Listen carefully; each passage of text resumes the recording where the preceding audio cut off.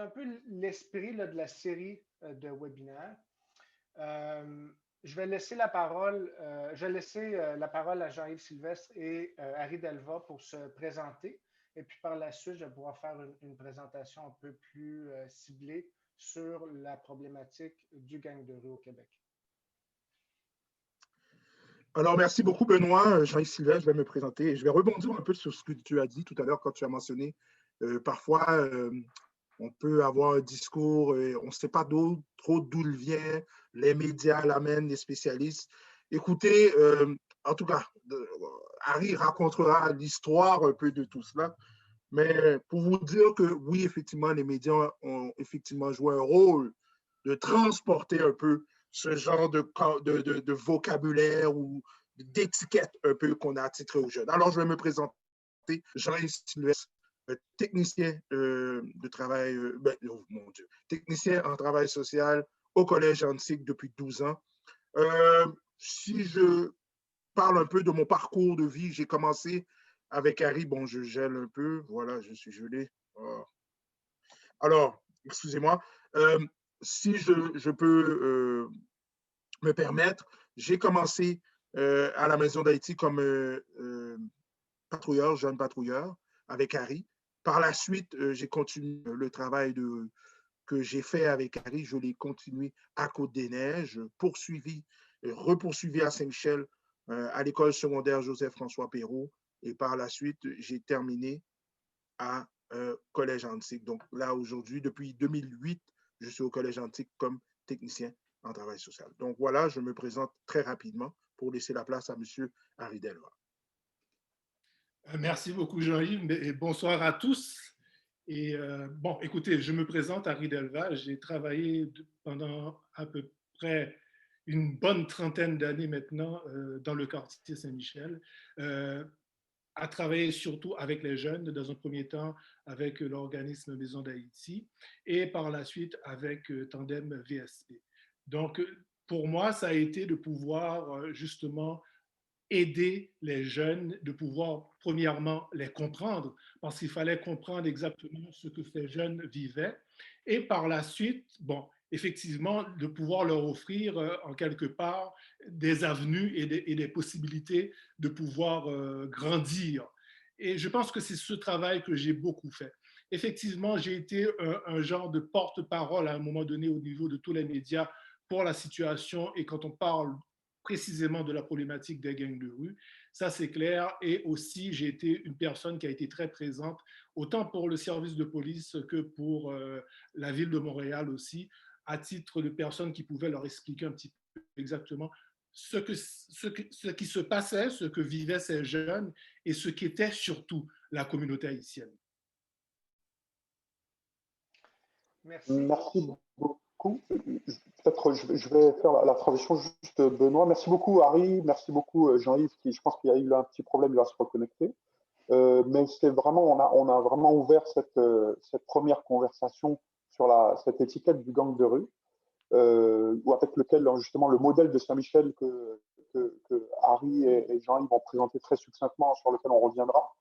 Mais peut-être pour donner un peu une visibilité sur le déroulement de la séance, je vais laisser Benoît faire une présentation un peu sur cette notion de gang de rue, un retour socio-historique sur la notion de gang de rue, qui va contextualiser peut-être l'échange qui va arriver par la suite et qui nous donnera l'occasion d'avoir les perspectives de Harry, que je remercie beaucoup aujourd'hui d'être présent, parce que comme il l'a expliqué un peu en préparation, en le sollicitant, c'était ce regard historique avec lequel il arrivait, mais aussi cette perspective de terrain ancrée dans la réalité quotidienne des quartiers dont on va parler, particulièrement du quartier de Saint-Michel.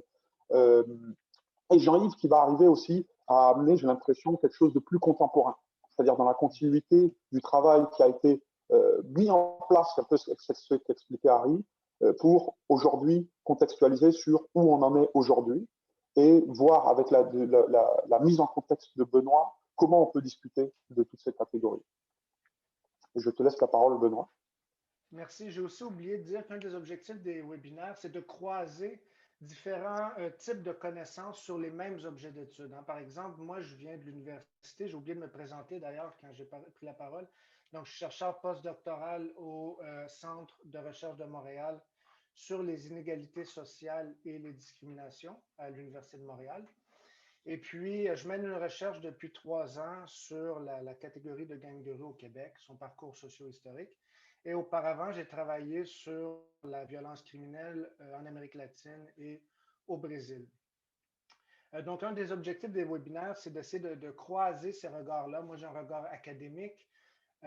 D'autres comme Harry et Jean-Yves Sylvestre ont un regard peut-être un peu plus ancré dans le travail de terrain. Donc, c'est d'essayer collectivement d'enrichir notre connaissance par ce dialogue-là.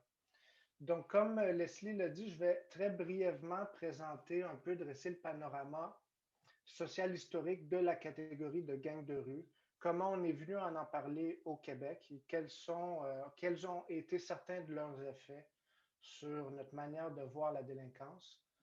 Donc, on parle du parcours socio-historique de la catégorie parce que la délinquance et les jeunes ont toujours existé au Québec, au Canada, mais on a commencé à parler des gangs de rue comme problème qu'à partir des années 80. Donc, qu'est-ce qui a changé? C'est un peu savoir pourquoi est-ce que ça a émergé à ce moment-là. Hein, on prend souvent l'exemple du clan Dubois, je ne sais pas si certains connaissent, donc c'était un groupe de criminels ancrés dans le quartier populaire de Saint-Henri, qui étaient des Québécois blancs, bon, qui faisaient à peu près toutes les activités qu'on reproche aujourd'hui aux gangs de rue, donc vente de stupéfiants, proxénétisme, violence, etc. Mais on ne parlait pas de gangs de rue. Donc, qu'est-ce qui est arrivé pour que tout d'un coup, on commence à en parler puis qu'on développe une expertise si forte au Québec sur le sujet? Donc, en se penchant là-dessus, on a remarqué qu'on a commencé à en parler dans les médias. En 1987, pour être très précis, surtout dans le Journal de Montréal et le journal La Presse. Et beaucoup en 1989, où là, à peine 4 mois, il y a eu plus de 80 articles qui ont été produits sur le phénomène du gang de rue, qui était présenté comme quelque chose de tout à fait nouveau et de très violent. Donc, il y a 3 points que j'aimerais souligner dans cette émergence du gang comme préoccupation médiatique. D'abord, c'est l'aspect de nouveauté. On décrit ça comme quelque chose de tout à fait nouveau, d'une violence extrême et qui provient des États-Unis. Donc, évidemment, il y a un regard du côté des États-Unis, de ce qui se passe à Los Angeles. On parle même du film hollywoodien Colors, qui à l'époque va présenter à l'ensemble de la population cet imaginaire-là de la menace du gang afro-américain, latino-américain, tous les problèmes des États-Unis. Mais on présente le gang de rue comme étant quelque chose qui est issu aussi de l'immigration et qui est ancré dans certaines communautés récemment établies à Montréal. On va même utiliser les métaphores de l'épidémie, du cataclysme à venir. Donc, on présente ça comme un problème nouveau, inédit et inévitable. Donc, ça, c'est le premier élément que j'aimerais qu'on essaie de se souvenir ou que j'aimerais souligner dans cette émergence médiatique-là. Le deuxième, c'est le contexte dans lequel on commence à parler du gang de rue. Donc, dans les années 80, il y a vraiment une intensification des discours publics sur le racisme anti-noir à Montréal. Il y a le cas de brutalité policière que certains connaissent peut-être dans le parc sur la rue Bélanger en 1979, qui a été beaucoup traité dans la presse haïtienne et qui a été traité dans un ouvrage d'ailleurs de Sean Mills sur Haïti et les Haïtiens au Québec. Et il y a eu 2 enquêtes publiques très importantes sur le racisme. Donc, d'abord, la première en 1983 sur le racisme dans l'industrie du taxi et le racisme dans la police suite au meurtre en 87 du jeune noir non armé qui a été assassiné par la police, Anthony Griffin. Donc, ce contexte-là est important parce que, en sociologie, il y a une école de pensée qui souligne le fait que les catégories, les nouveaux concepts pour caractériser la déviance, la délinquance, apparaissent pas pour rien à n'importe quel moment, puis c'est important d'essayer de rattacher le contexte dans lequel ça survient. Donc, évidemment, dans ce contexte, le gang de rue vient un peu cristalliser une série de peurs collectives qui entourent la violence des jeunes et l'immigration. et permet dans une certaine manière, je mets en guillemets, de légitimer la sursurveillance de certains jeunes issus de communautés racisées à Montréal. Ça, c'était le deuxième élément contextuel. Et le troisième, finalement, qui est très important, c'est que la catégorie, dès qu'on commence à en parler dans les médias, elle est contestée. Donc, elle est contestée par plusieurs acteurs, des professionnels du Bureau de la protection de la jeunesse, par exemple, des parents d'enfants, des jeunes d'écoles secondaires qui vont écrire des lettres au Journal de Montréal en disant ce que vous décrivez de manière sensationnaliste, ça ne reflète pas du tout ce qu'on voit, nous, à l'école.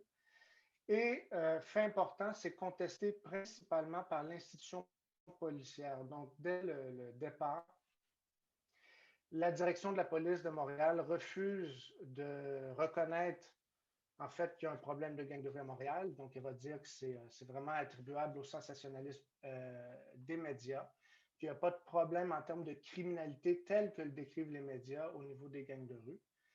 Et finalement, bon, je résume, à cause de la polémique, à cause de la pression des médias et des élus, l'institution policière va finir par reconnaître le problème des gangs de rue en 1989, mais d'une manière très, très particulière, c'est-à-dire qu'il va y avoir une espèce de consensus finalement pour dire oui, il y a un problème des gangs de rue, mais ce consensus-là va être fait sur le fait qu'il faut anticiper un problème à venir. Donc, je vais citer le directeur de police, Alain Saint-Germain, en 1989, qui dit, ça va apparaître plus clair, il dit « Le gang de rue n'est pas un problème en termes de criminalité, mais il s'agit d'un problème majeur parce que maintenant, les gens qui prennent le métro et l'autobus sont inquiets et il faut les rassurer. » Donc, à partir de ce moment, va se mettre en place au Québec une série d'efforts qui vont être suscités, entre autres, par les gouvernements. Il va y avoir beaucoup d'argent investi pour créer une forme d'expertise sur les gangs de rue. Parce que devant cette espèce de panique morale-là, devant les gangs de rue, les gouvernements, évidemment, veulent agir, ils ne savent pas comment agir. Donc, c'est à partir de ce moment qu'on va vraiment s'équiper d'une expertise sur le sujet.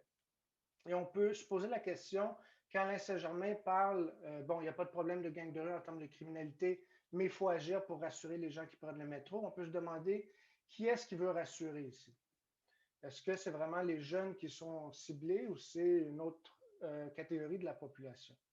Donc, tout ça va faire naître finalement une expertise qui va être ancrée dans la criminologie, dans la psychoéducation au Québec à partir du milieu des années 90. Je vais terminer bientôt, rapidement. Je ne vais pas m'étendre trop sur cette expertise-là, même s'il y a beaucoup à dire. J'essaie de résumer 3 ans de recherche en 10 minutes. Ce n'est pas facile. Mais ça, le financement public de cette expertise-là, qui va être lié, entre autres, au centre d'expertise du Centre jeunesse de Montréal, va vraiment orienter la production scientifique, finalement, qui se fait sur le gang de rue. On va vraiment valoriser certains types de connaissances qui sont facilement traduisibles, qui peuvent se traduire facilement en politique publique. Par exemple, des études qui vont développer des profils psychologiques des jeunes à risque, des instruments, des outils de calcul des risques, d'intervention. Ça ne va jamais être des études sociologiques ou anthropologiques qui vont aller un peu plus loin, puis qui vont pouvoir prendre en compte la parole, par exemple, de manière sérieuse, la parole des jeunes ou des populations affectées, ou qui vont pouvoir remettre en question, par exemple, la catégorie. Parce qu'il existe d'autres traditions de recherche sur le gang de rue, qui sont beaucoup plus critiques, mais qui ont été très marginalisées au Québec.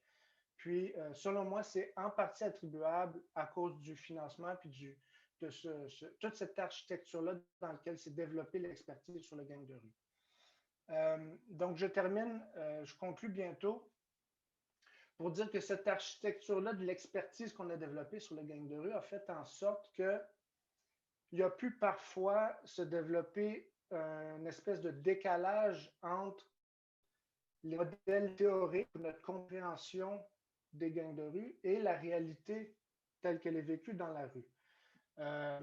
Bon, je suis curieux d'entendre plus tard Harry Delva et Jean-Yves Sylvestre sur ce sujet-là, mais je lisais là, dans la presse, dans Le Devoir d'ailleurs, un article où il y avait une entrevue avec Harry Delva, puis le journaliste interviewait un jeune justement qui ne se reconnaissait pas du tout dans la présentation qui était faite dans les médias et chez les experts, ou chez les intervenants dans les centres jeunesse. La présentation qui était faite du gang de rue, lui, il s'y reconnaissait pas, puis il disait, ben moi, je me suis retrouvé dans un gang de rue avant même de comprendre c'était quoi un gang de rue, de savoir ce que c'était. Donc, quand on fait du travail de terrain, je l'ai vu au Québec, je l'ai vu au Brésil avec d'autres catégories. Donc, il y a cet écart-là qui peut se créer entre la recherche et l'expertise qui est faite et une espèce de réalité de la rue qui est plus ou moins indépendante, mais qui peut produire un autre effet pervers, c'est que parfois, ces catégories-là sont réappropriées par les individus qui sont catégorisés, par les jeunes. Et puis, à un certain moment, ça devient difficile pour nous qui étudient la société de savoir si les comportements des gens n'ont pas été modifiés en fonction de leur conscience de la catégorie à travers lesquelles on les perçoit. Donc là, on rentre dans des enjeux un peu plus académiques ou sociologiques, mais j'essaie de vulgariser le plus possible. C'est en sciences de la nature, par exemple, si on développe une théorie de la gravité, la pomme ne va pas être consciente de ça, puis va continuer à tomber au sol à la même vitesse. Dans les sciences sociales, si on se met à décrire le gang de rue d'une certaine manière, il est possible que les jeunes, pour différentes raisons, soient conscients de cette catégorie-là. Ils viennent modifier leur comportement à un moment donné pour rentrer dans la catégorie, pour différentes raisons symboliques de pouvoir, etc., ou pour s'en distancier. Donc, c'est la raison pour laquelle je crois qu'un regard réflexif, critique sur l'étiquette est importante au Québec parce qu'on a produit à peu près 30 ans de couverture médiatique et de travaux scientifiques sur la catégorie, mais très peu de travaux qui essaient de comprendre l'effet qu'a eu l'étiquette sur les jeunes. Et puis là, je termine pour vrai, c'est la conclusion. Je ne sais pas où je suis dans mes 10-15 minutes, je dois avoir dépassé un peu. Donc, un des éléments vraiment importants de la série de webinaires, c'est d'essayer de voir si on ne peut pas penser les problèmes de sécurité à travers d'autres catégories que les catégories policières. Donc, par catégorie policière, ce que j'entends, c'est des catégories qui permettent finalement de contrôler plus et de comprendre un peu moins.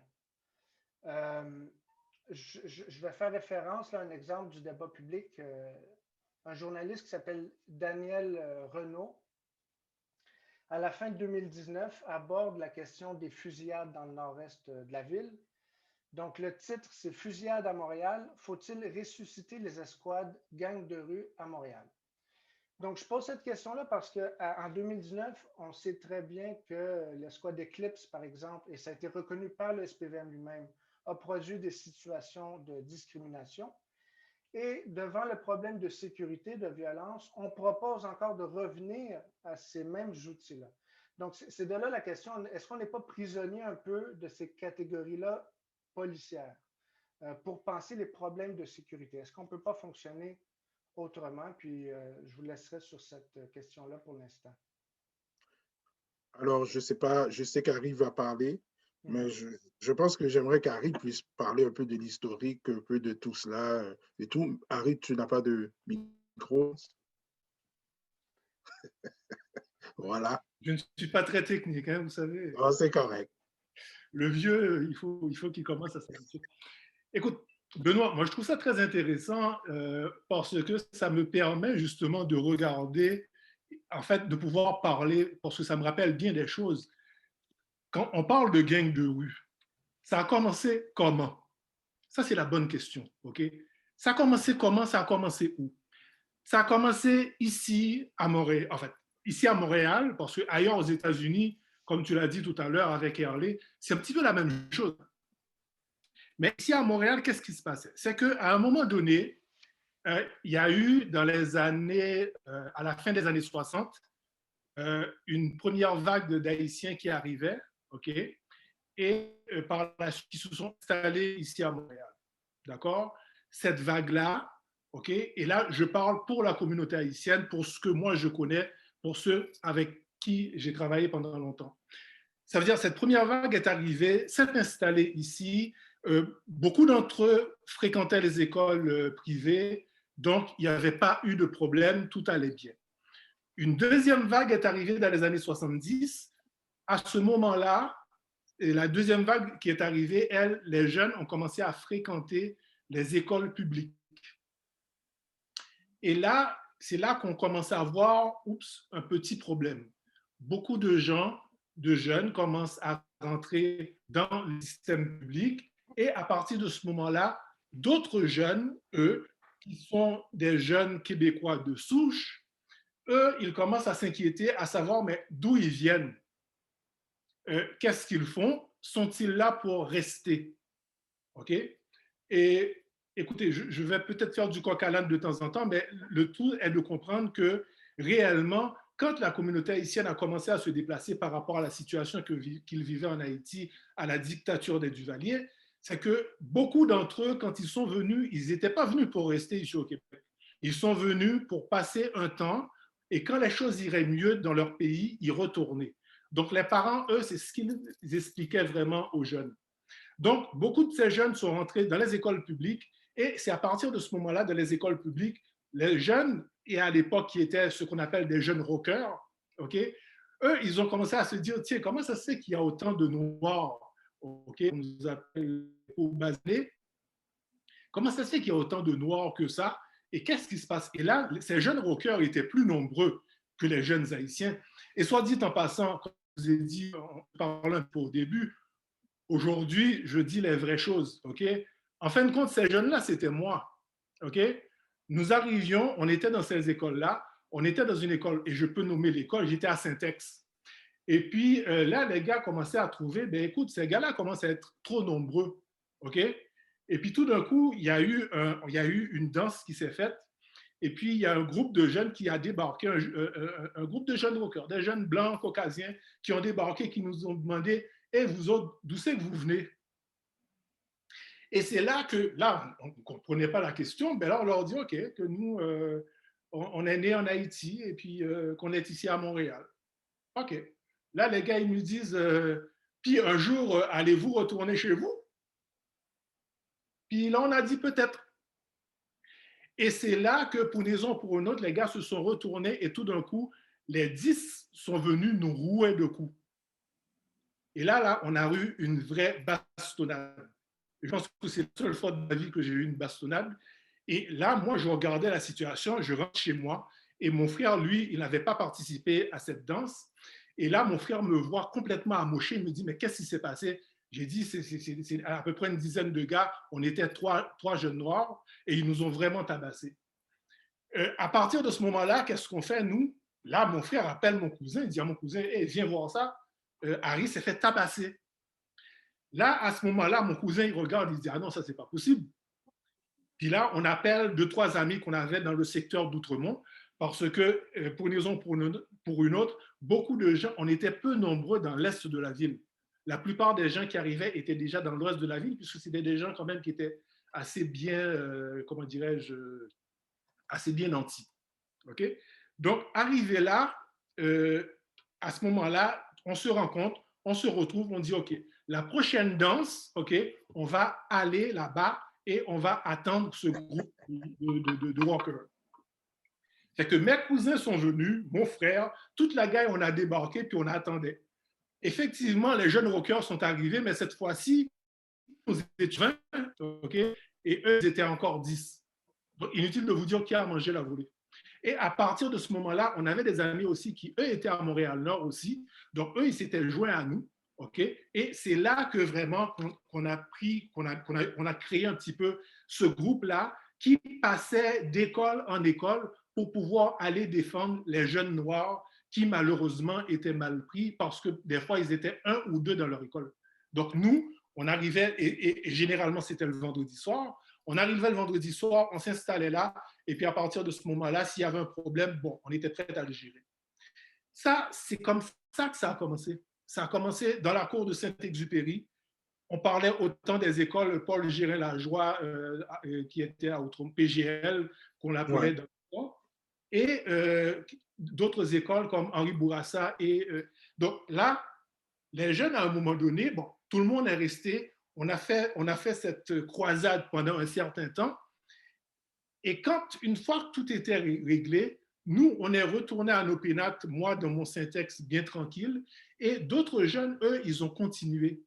Et c'est là qu'on a commencé à entendre à Montréal-Nord que ça a commencé à bouger et que les jeunes, eux, ils commençaient à se mettre en clan et commençaient à défendre d'autres intérêts. Moi, de mon côté, du côté de Syntex, on avait calmé la situation, okay? Parce que nous, notre problème, c'est qu'on s'était fait tabasser, on a réglé le problème et on en a défendu d'autres. Donc, nous, on a laissé ça là. Mais le mouvement a continué. Et c'est comme ça qu'on a commencé à voir, OK, on a différents groupes à différents endroits.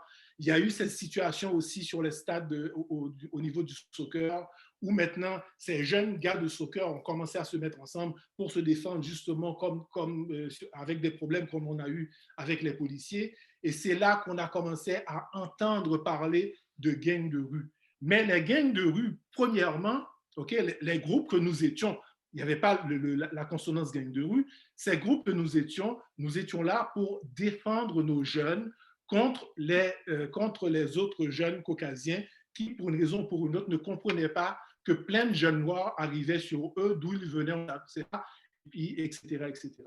Donc, le tout a commencé comme ça et c'est tranquillement que ça a continué, où certains jeunes ont, eux, pris la tangente d'aller faire d'autres choses. Ça veut dire que la tangente de tomber vraiment au niveau d'une autre forme de criminalité. Ça veut dire que aussi avoir cette tangente où on allait faire danser les filles, etc., etc. Et le tout est parti. Mais nous, principalement, on n'était pas des gangs de rue. Nous étions des jeunes qui voulions nous défendre. Et c'était ça le truc. Et par la suite, moi, quand j'ai compris ça et quand j'ai vu ce qui se passait et par la suite dans le quartier Saint-Michel, quand je suis arrivé maintenant, c'est fort de cette expérience-là parce que sachant en même temps que ce mouvement-là, d'où il était parti, okay, là, je me suis dit, OK, aujourd'hui, on va regarder les choses différemment et aujourd'hui, on va essayer d'aiguiller et de diriger nos jeunes autrement. Mais ceci dit, c'est qu'il y a une machine qui était déjà en route, OK? Et cette machine-là, on ne pouvait plus l'arrêter d'une manière ou d'une autre. Ça veut dire qu'on a eu le modèle américain qui est arrivé, qui a pris le contrôle, et effectivement, des jeunes qui étaient en train de vivre du fruit de la criminalité et qui, eux, pour une raison ou pour une autre, ben, se sont lancés là-dedans. Je ne peux pas dire, et je ne dirai jamais que les gangs de rue n'ont pas existé. Le rouge et le bleu, ça, on le sait. Okay? C'était là, on a vécu avec ça, on a vécu avec ces jeunes. Et c'est la raison pour laquelle, moi, l'idée était, si je trouve des jeunes qui ont vécu à peu près les mêmes choses, okay, eux vont pouvoir expliquer aux autres comme moi, j'ai pu le faire. Parce que moi, c'est parce que moi, je l'avais vécu, cette situation-là. Et moi, je leur dis, OK, voilà la situation dans laquelle on est, on va leur expliquer, OK, voilà les choses qu'il faut éviter de faire pour ne pas tomber dans trop de problèmes. Okay? Et moi, j'invitais, et c'est là qu'on a eu vraiment, j'ai eu mes deux premiers piliers, Jean-Yves Sylvestre et Réginald Calix. Okay? Réginald Calix, qui lui était un des seuls, okay, en fait, qui était le premier, il faut le dire, jeune à pouvoir contrecarrer le gang de CDP dans Saint-Michel, okay, parce que lui, il n'avait peur de rien. Fait que moi, j'ai été récupérer Réginald. Réginald, à un moment donné, il s'était fait tirer dessus par les gars de gang, par les gars du groupe CDP. Et par la suite, il était parti aux États-Unis. Fait que moi, j'ai sonné chez lui. Il dit, j'aimerais ça parler à Réginald, j'aimerais le voir, j'ai peut-être un travail pour lui. Et c'est à ce moment-là que, quand il est revenu ici à Montréal, Réginald est revenu me voir ici. Et ensuite, j'ai rencontré Jean-Yves. Donc, c'était mes deux piliers. Okay? Ça, c'était deux jeunes qui avaient vécu des choses. Et moi, tout ce que je voulais, c'est qu'ils puissent partager avec ces autres jeunes l'expérience qu'ils avaient eue, tout en leur disant, ben, écoutez, on a vécu des trucs, voilà, nous, c'est quoi, ce par quoi on est passé. Parce que moi, je tenais absolument que l'exemple qu'ils avaient, ça veut dire le vécu qu'ils avaient, puisse servir aux autres. Et je pense que c'est ça surtout qui a pu fonctionner. Et c'est comme ça que moi, j'ai parti ce projet qui a été justement du côté de Saint-Michel pendant des années, et où pendant des années, on a pu récupérer des jeunes à qui on a donné un salaire, qui avaient une formation, et par la suite, on essayait de les aider à parler aux autres jeunes pour leur expliquer c'était quoi la situation réelle. Maintenant, au niveau policier, au niveau de la cour des juges et au niveau de la ville, personne ne comprenait rien. on a eu le premier problème qui était, ça veut dire que quand je suis arrivé peu après l'histoire Barnabé, Benoît, je sais que tu as eu tout ça. Donc, moi, je suis arrivé tout après l'histoire Barnabé et effectivement, les parents étaient inquiets. Aussi, la plupart des jeunes aussi étaient très inquiets de ce qui se passait. Ce qui s'est passé, c'est que à l'intérieur du métro Saint-Michel, on avait beaucoup de jeunes qui se retrouvaient dans les deux édicules. Donc, la plupart du temps, il faut le dire, ça fait peur à la clientèle. Okay? Certaines petites madames avaient peur de voir ces jeunes noirs qui étaient là et elles ne savaient pas qu'est-ce qu'ils faisaient là, pourquoi ils étaient là, etc., etc. La plupart des jeunes qui étaient là venaient de l'école Joseph-François Perrault à l'époque. Okay? Et pour l'instant, il y avait d'autres jeunes qui étaient autour, qui tenaient aussi. Et à l'époque, c'était le début du recrutement. Donc, on essayait de recruter des jeunes pour pouvoir faire partie de nos groupes. Ça veut dire que si tu veux que je t'aide et que je te défende, il faut que tu viennes, tu rejoignes mon groupe. Et ça, c'était ça la réalité. Et encore là, c'était encore dans un but de pouvoir défendre l'autre. On va te défendre, personne ne pourra te toucher, mais tu vas faire partie de notre gang. Mais là, à ce moment-là, qu'est-ce qu'il y a eu pour que les gens, ça veut dire que, étant donné que tout le monde avait très peur et qu'au niveau du métro, la sécurité était problématique, le service de police a fait ce qu'on appelle une opération, en quelque sorte. Ouais. Ouais, bon, si on peut dire ça comme ça, ça veut dire qu'on a arrêté une centaine de jeunes pour en trouver 10 qui faisaient partie des gangs. Harry, attends, Harry, tu ne dis pas le nom de l'opération. C'est important de dire le nom de l'opération. Il faut le dire parce qu'il faut que les gens comprennent que derrière tous ces agissements, il y avait une forme de discrimination.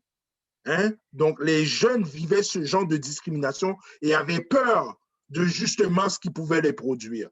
Donc, Harry, tu peux nommer la discrimination. Vas-y. Alors, l'opération s'est appelée l'opération Mouche Noire. Okay? L'opération Mouche Noire, c'était d'arriver dans l'édicule, tout barricadé, et tout ce qui était à l'intérieur restait là. Et à partir de ce moment-là, ces jeunes étaient arrêtés. Ça, là, c'est à ce moment-là qu'on est arrivé, et là qu'on s'est dit, oups, attention, okay? On arrête 100 jeunes noirs, on n'en trouvait que 10 probablement qui étaient mêlés à des situations. Ça, c'est un problème. Okay? Et soit dit en passant, comme tu le disais tout à l'heure, Benoît, si c'était 100 jeunes blancs, est-ce qu'on aurait fait la même chose? À partir de ce moment-là, c'est là que je me suis dit, OK, nous, on va être là, on va pouvoir s'assurer que les choses se passent très bien au niveau du métro, parce que nous, et il faut dire aussi une autre chose qu'on m'a dit, on m'a dit, écoute, Harry, tu sais, tous les jeunes noirs se ressemblent.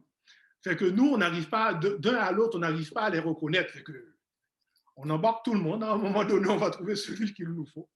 Étant donné que moi, je pouvais reconnaître la différence entre un noir et un autre, okay, c'est là vraiment que j'ai dit, il va falloir qu'on puisse s'asseoir et qu'on puisse vraiment travailler à pouvoir démystifier beaucoup de choses.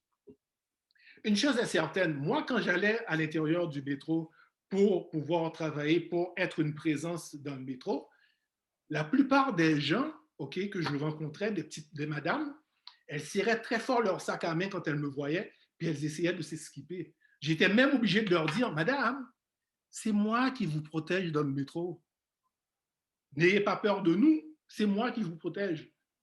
Elle me dit, oui, mais on ne sait jamais. J'ai dit, OK, je sais qu'on ne sait jamais, mais si vous faites ça à d'autres, il y en a qui peuvent s'offusquer. Okay? Parce que tu prétends que je vais voler ta sacoche. Et ça, on l'a vu très souvent. Et on a dû s'asseoir vraiment avec le service de police, le service de police. En fait, à l'époque, c'était la sécurité du métro, okay, pour pouvoir dire, écoutez, nous, on veut être présents au métro Saint-Michel, on veut pouvoir parler à nos jeunes et voir comment on va pouvoir calmer la situation à l'intérieur même du métro. Donc, notre présence a été faite pendant plusieurs années et ça a beaucoup aidé. L'autre problème qu'on avait, c'était maintenant avec les familles et les parents. Comme on dit, oui, c'est vrai, à un moment donné, le service de police avait dû sortir cette réunion qu'il faisait, convoquait des parents de jeunes qui avaient été interpellés et on leur disait, écoutez, madame, votre jeune fait partie d'un gang. C'est vrai que certaines fois, ça veut dire les jeunes étaient, écoutez, ce sont des jeunes, donc normalement les jeunes étaient là, et assez souvent ce qui se passait, c'est que quand on se retrouvait aux alentours du métro Saint-Michel, on avait peut-être 20% de ce qu'on appelle des wannabes, ça veut dire peut-être même 40% de jeunes qui étaient là pour regarder un petit peu la parade, parce qu'ils ont entendu dire qu'il allait y avoir quelque chose, donc ils étaient là. On a à peu près un 5% de jeunes qui, eux, sont peut-être les lieutenants et qui savent ce qui se passe, et peut-être 1 ou 2 jeunes qui, eux, étaient vraiment des membres de gangs, qui, eux, connaissaient, savaient exactement pourquoi ils étaient là. Et la plupart du temps, ces gars-là, quand les policiers arrivaient, eux, ils étaient tous déjà partis. Et qui est-ce qu'on trouvait et qui est-ce qu'on arrêtait? C'était toujours dans le 40% de jeunes qui n'avaient absolument rien à voir là-dedans. Eux, ils étaient juste là pour voir un show. Il y en a un qui va se faire tabasser, ben, on veut le voir. Mais 9 fois sur 10, c'est eux qui se faisaient arrêter parce que les autres, eux, ils avaient des sentinelles qui les appelaient et qui leur disaient « Hey guys, la police est là, nous, on s'enlève ».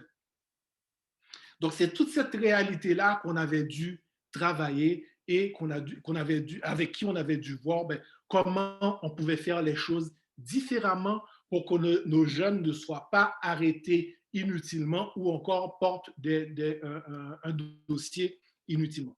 Et il faut le dire, il y a un des chefs de police, je ne me souviens plus de son nom aujourd'hui, qui lui m'avait appelé et m'avait dit, écoute, c'est vrai qu'on a remarqué qu'assez souvent, le pourcentage de jeunes qui se retrouvaient à l'intérieur même du système, ça veut dire qu'ils étaient arrêtés, généralement, c'était beaucoup de jeunes noirs. Donc, nous, on veut essayer de faire la différence. À ce moment-là, j'ai dit, écoutez, à ce moment-là, donnez-moi la chance, on va travailler ensemble et on va voir comment on va pouvoir régler cette situation. Et c'est là que vraiment les policiers ont pu regarder d'une autre façon dans le quartier, en fait, à Saint-Michel, regarder l'intervention d'une toute autre façon et nous ont laissé le choix maintenant de pouvoir faire la première intervention. Et si jamais ça ne fonctionnait pas, c'est les policiers qui allaient intervenir. Mais par chance, à Saint-Michel, c'est arrivé seulement une fois.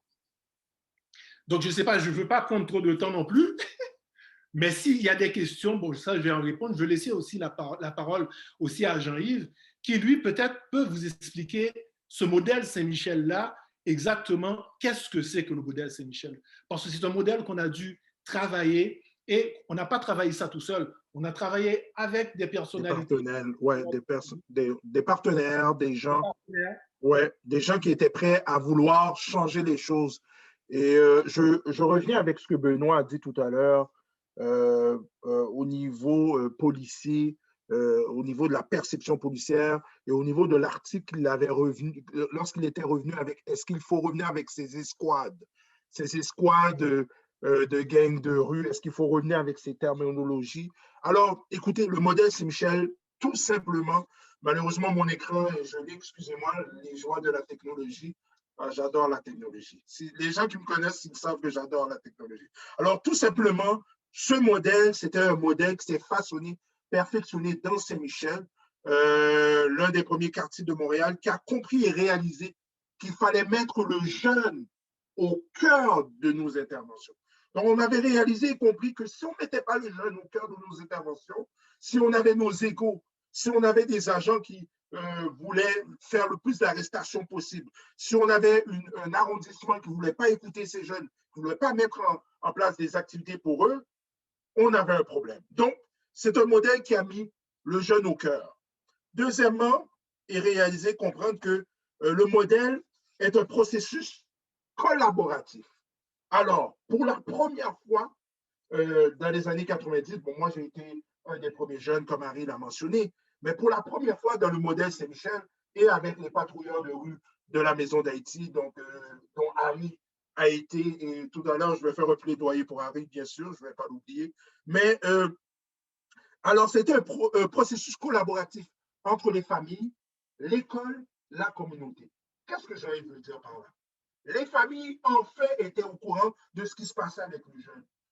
Trop souvent, avec une vision, disons, discriminatoire ou colonialiste, Les policiers arrêtaient le jeune sans avertir les parents, l'amenaient au poste, faisaient ce qu'ils voulaient avec le jeune, maltraitaient un peu ce jeune et le parent n'était souvent pas au courant de ce qui se passait avec celui-ci. On s'est dit, OK, on arrête ça là. Lorsqu'on a eu cette collaboration-là avec la police, comme Harry l'a mentionné, on s'est dit, OK, on va parler avec les parents, on va parler avec les familles. Donc, il se passe quelque chose avec le jeune, on parle à la maman, oh, mamie, tu sais, telle situation, attention, il faut parler aux petits garçons, il faut parler. On parle aux jeunes aussi. En même temps, à l'école, alors on travaillait de près avec les écoles secondaires Louis-Joseph Papineau, Joseph-François Perrault. Mais il ne faut pas oublier aussi, nous commencions dès le primaire. Donc, que ce soit les écoles Montcalm, que ce soit les écoles Sainte-Lucie, que ce soit les écoles Marie-Rivier, nous étions là aussi. Et on commençait à travailler avec ces jeunes très tôt. Ça veut dire quoi? Bonjour, comment ça va? On allait dans les cours d'école, ça va bien, ça va bien. Donc, ils commençaient à se familiariser avec des adultes qui étaient positifs pour eux. Donc, pour une fois, qui les encourageait, qui les permettait d'avoir une perspective d'avenir. C'était dans ce sens-là qu'on voulait travailler avec ces jeunes-là. Donc, quand il arrivait au secondaire, ce jeune-là, secondaire 1, il connaissait déjà Jean-Yves et Harry. Il savait déjà qui nous étions. Il connaissait déjà les patrouilleurs. Donc, on était dans ce processus de collaboration. Le policier, très souvent, qu'est-ce qu'il peut dire? La première fois qu'il va voir le jeune, il va l'arrêter. Il n'y a pas cette collaboration. Il n'y a pas cette relation. Il n'y a pas cette connaissance. Et ça, on voulait bâtir ça avec lui. Troisièmement, la ville. Alors, on a parlé de partenaires très importants. La ville a été un partenaire très important. Bon, je vais nommer Nathalie Vaillancourt, qui dès la première journée, a cru en ce projet et s'est dit comment on peut faire, nous, la ville, pour vous permettre d'avoir accès à des locaux, pour vous permettre d'avoir accès à des gyms, pour vous permettre de pouvoir valoriser ces jeunes et leur donner accès à des activités pour les valoriser. Alors, parmi nos amis policiers qu'on a eus et qui a collaboré et permis ce projet-là de fonctionner, ben, ça prend des policiers qui croient à la vision. Malheureusement, bon, je ne vais pas, j'ai un franc-parler, mais bon, j'ai une autre carrière, donc je n'ai pas envie de me faire trop ennuyer. La seule chose que je vais dire, c'est que maintenant, ça n'existe presque plus, ce genre de policier. Charles Dubois, qui a rencontré Harry et qui a dit à Harry, je suis tanné de faire des arrestations, d'arrêter des jeunes pour arrêter des jeunes, on peut tous faire ça. OK? On peut arrêter des jeunes pour arrêter des jeunes. Mais qu'est-ce que je peux faire pour être un personnage ou quelqu'un de positif dans la vie de ce jeune? Et là, dès le moment que Charles a commencé à dire, moi, je veux collaborer avec toi, je veux travailler avec toi, Harry. Moi, là, je ne suis pas là pour arrêter le jeune. S'il y a moyen de pouvoir récupérer ce jeune, de pouvoir travailler avec lui, je suis avec vous. D'ailleurs, l'héritage de Charles Dubois, vous allez le remarquer à l'école Louis-Joseph Papineau, vous allez voir un gym, le club de boxe de l'Espoir, c'est Charles Dubois. L'été, il fait le soccer avec des jeunes devant anciennement, comment on appelle, HLM, Harry, aide-moi donc, HLM, j'oublie sur le plan Robert, HLM Robert, où est-ce qu'il joue des matchs de soccer avec des anciens jeunes de ce coin-là. Donc, Charles a compris et a saisi son rôle en tant que partenaire dans ce projet. J'ai parlé de la ville et j'ai parlé des écoles. Les directeurs avaient compris qu'eux aussi avaient un rôle à jouer auprès de ces jeunes-là, donc nous permettait de pouvoir rentrer en relation avec ces jeunes-là. Au lieu d'appeler les policiers, ils nous appelaient, nous mentionnaient, Jean-Yves, Harry, nous avions un problème avec tel jeune, qu'est-ce qu'on peut faire pour l'encourager, comment on peut l'aider? Donc ce modèle a existé depuis 1993 et il a subsisté. Harry, c'est toi qui peux me donner la fin de ce modèle ou est-ce qu'aujourd'hui il existe? Bon, on n'est plus là. Moi, quand j'ai quitté en 2008. J'ai quitté en 2008 et déjà là, le modèle commençait à être défaillant parce que le service de police s'en allait vers autre chose. Et là, on parlait déjà d'éclipse, donc on commençait à renforcer ce genre de discours qu'il fallait automatiquement arrêter ces jeunes, automatiquement catégoriser ces jeunes. Et ce modèle a vraiment eu un succès à Saint-Michel. Bon, je ne vais pas oublier aussi, il faut un commandant derrière tout ça, Fadi Daguerre, il ne faut pas l'oublier, Fadi continue son travail. Alors là, il est rendu le numéro 1 à Longueuil, donc c'est le boss des boss là-bas, et il continue ce travail du modèle Saint-Michel à Longueuil. Donc, ça se poursuit là-bas, mais la ville de Montréal, je vais dire le SPVM a cru ne plus vouloir trop y croire ou y mettre du temps là-dessus. Donc, la raison pour laquelle ce modèle a eu autant de succès, c'est que les 3 piliers fondamentaux étaient en constante relation et ont permis de mettre le jeune au cœur de la réalité, comme je l'ai mentionné, projet collaboratif, un pont entre les familles, le jeune et l'école. Donc, vous le savez, je ne vais pas vous l'apprendre, la pyramide de Maslow. Ce qu'on a fait tout simplement, nous, c'est qu'on a mis en évidence. Alors, tout le monde sait, puis je ne vais pas vous l'apprendre, hein, vous savez, on a tous des besoins, OK? Donc, tout le monde sait. Mais si le jeune, alors, attendez, excusez-moi, si le jeune n'a pas d'endroit, si le jeune n'a pas d'appartenance, donc s'il n'a pas un endroit où est-ce qu'il peut appartenir, si le jeune n'a pas d'estime, mais il ne peut pas s'accomplir. Ça, on avait compris ça à Saint-Michel et c'est ce qu'on voulait donner à nos jeunes. Donc, c'était un modèle sur lequel on a toujours voulu collaborer. Tout le monde avait compris. Ce n'est pas un modèle qui a été tout de suite apprécié. Je me rappelle, dans le temps, alors aujourd'hui, Jean-Yves peut s'exprimer et aujourd'hui, Jean-Yves est très calme dans son expression et dans sa façon de s'exprimer. Grâce à Harry, il faut le dire parce que disons que dans le temps, je n'étais pas un diplomate et je disais vraiment tout ce qui me passait par la tête. Et je me rappelle, même dans le quartier, c'était très difficile d'intégrer ce programme-là parce que beaucoup d'autres organismes n'y croyaient pas. Je vais vous le dire franchement, au tout début, on nous appelait délateurs. Au tout début, on était pointés du doigt. Parce que les gens ne comprenaient pas comment ça se fait que des gens, surtout des Noirs, voulaient travailler avec les policiers et voulaient être un peu le pont entre ces 3 services. Mais comme Harry a mentionné tout à l'heure, si nous n'étions pas les gens qui étaient là pour parler à ces jeunes-là ou pour comprendre, parce que nous étions plus enclins de comprendre la réalité. Et à cette époque-là, moi-même, quand j'ai commencé, j'étais un jeune, disons, qui était perdu. J'étais devant un choix à faire dans ma vie. Soit les gangs ou soit Harry. Parce que c'était viable économiquement et c'était viable aussi au niveau du prestige. J'avais ce sentiment d'estime, j'avais ce sentiment d'appartenance et je voulais m'accomplir. Tout le monde veut ça comme individu. Il n'y a personne qui veut ça. Mais comment on peut s'accomplir ou avoir ce besoin d'estime lorsque constamment dans les journaux, on est pointé du doigt? Lorsque constamment dans les journaux ou dans les médias, on était constamment perçu différemment ou comme étant non voulu ou comme étant voleur de job. J'avais déjà, à mon époque, j'étais un jeune garçon. Là. Donc, il faut réaliser et comprendre que ce modèle, il faut y croire. Et il faut que tous les partenaires puissent y travailler ensemble si vous voulez qu'ils puissent subsister. Alors, Harry a sauvé la vie de plusieurs jeunes. Je ne vais pas le cacher, il a sauvé la mienne d'ailleurs. Et on le doit beaucoup. Mais malheureusement, après 30 ans de carrière, et moi, je vais vous le dire ce soir, moi, c'est la dernière fois que je prends parole. Alors, s'il y a des gens qui avaient des idées de m'inviter, oubliez ça. Là. Vous pouvez déjà oublier ça dans vos films. Jean-Yves ne prendra plus la parole par rapport à ce genre de sujet.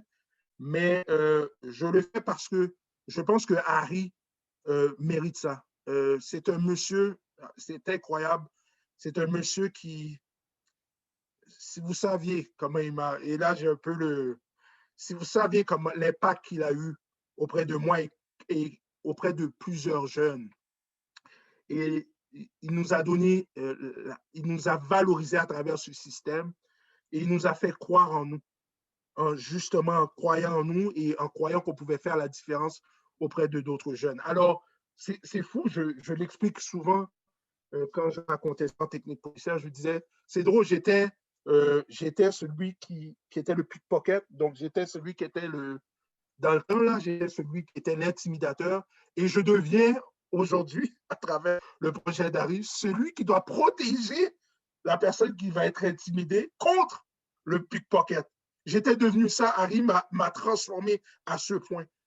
Et ça prend des gens qui croient.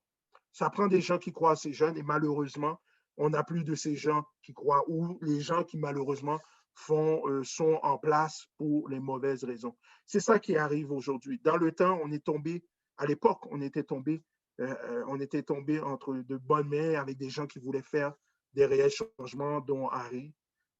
Et aujourd'hui, mais on parle d'un modèle qui a disparu. On parle d'un modèle qui n'existe plus. Et puis, malheureusement, mais voilà où nous en sommes. Donc, pour le modèle Saint-Michel, j'espère que je n'ai pas été trop long, mais je voulais vous faire comprendre que ça prend justement un équilibre entre les trois, l'école, la communauté. Donc, quand je parle de la communauté, la DPJ, le CLC, donc toutes hein, les institutions qui y croient et qui n'ont pas ce regard colonialiste ou discriminatoire à l'égard du jeune. Et ça prend aussi des intervenants, le jeune au cœur de cette réalité. Vas-y, Harry, je pense que j'ai un peu trop parlé. Merci, Jean, tu m'as fait rougir. Non, mais Harry, on doit écouter. C'est rare qu'on a la chance de faire ça, mais pour ma part, je ne suis jamais gêné de le dire que Harry a changé ma vie. Et alors, à Saint-Michel, et je ne sais pas qui est là ce soir, je ne vois même pas quels sont les participants, mais j'ai honte de savoir qu'il n'a même pas peut-être une rue, un parc, Harry Delva, quelque chose qui représente. Non, non, mais parce que après. Mais attends, Harry, je sais que tu ne l'accepteras pas. Mais la chose qui est importante, c'est que Benoît l'a mentionné, tous les écrits, ou presque, lorsqu'on parle de gang de rue à Montréal, le nom d'Harry Delva revient. Pensons-y bien. Après 30 ans, les noms qui sont là, Harry Delva revient souvent. Alors, allez-y, je vous laisse. Merci, Jean-Yves. Je voulais revenir un petit peu sur en fait, la partie des médias. OK? Parce que je ne vais pas l'ignorer. Pendant un certain nombre de temps, j'ai été très présente dans les médias. Premièrement, j'animais moi-même une émission qui s'appelait l'émission Noire de Monde, qui était sur les ondes de CGMT à l'époque, où j'étais l'animateur, qui n'avait absolument rien à voir vraiment avec les histoires de gangs de rue ou autres. Et le fait de me retrouver dans les autres médias, en général, ça a été parce que je voulais absolument pouvoir dire les choses telles qu'elles étaient, parce que les jeunes qui, eux, étaient, comment dirais-je, qui auraient pu parler, malheureusement, ils ne voulaient jamais parler aux médias. Personne ne voulait parler aux médias, personne ne voulait être vu. Et beaucoup d'entre eux, il y en a, c'est par peur de le faire, OK? Et il y en a d'autres, c'est parce que, bon, pour une raison ou pour une autre, on ne veut pas, comment dirais-je, tirer sur nos propres frères, donc on ne le fera pas. Moi, de mon côté, mon motif était que j'étais là pour expliquer à la nation québécoise qui nous étions en tant qu'Haïtiens. Et qu'en tant qu'Haïtiens, oui, c'est vrai que nous avions des médecins, des avocats, des ingénieurs, et nous avons des plombiers, des journaliers également, et nous avons des jeunes qui étaient des jeunes universitaires, et il y en a d'autres qui, eux, avaient décidé, eux, qu'ils voudraient faire autre chose. Et moi, je crois que ce travail-là était important à faire et c'est la raison pour laquelle très souvent, autant à Radio-Canada qu'à TVA, j'ai été présent et j'ai pris le temps de pouvoir toujours très bien expliquer aux gens qu'est-ce qu'on vivait, qu'est-ce qui se passait et tout en disant exactement ce qu'il y avait. Évidemment, il y a certaines personnes qui ont vu ça et m'ont dit « Ah oui, c'est de la délation ». Non, ça ne l'était pas parce que moi, je ne faisais pas partie de ces groupes. Ça veut dire que moi, j'étais un observateur extérieur qui comprenait la réalité et qui expliquait la réalité. Et je pense que c'est ce que j'ai fait aussi, autant avec, quand j'ai rencontré différents juges à un moment donné pour leur expliquer, OK, qu'est-ce qui se passait, que vivaient nos jeunes Haïtiens, qu'est-ce qui se passait chez eux, et tous les autres gens qu'on a pu voir.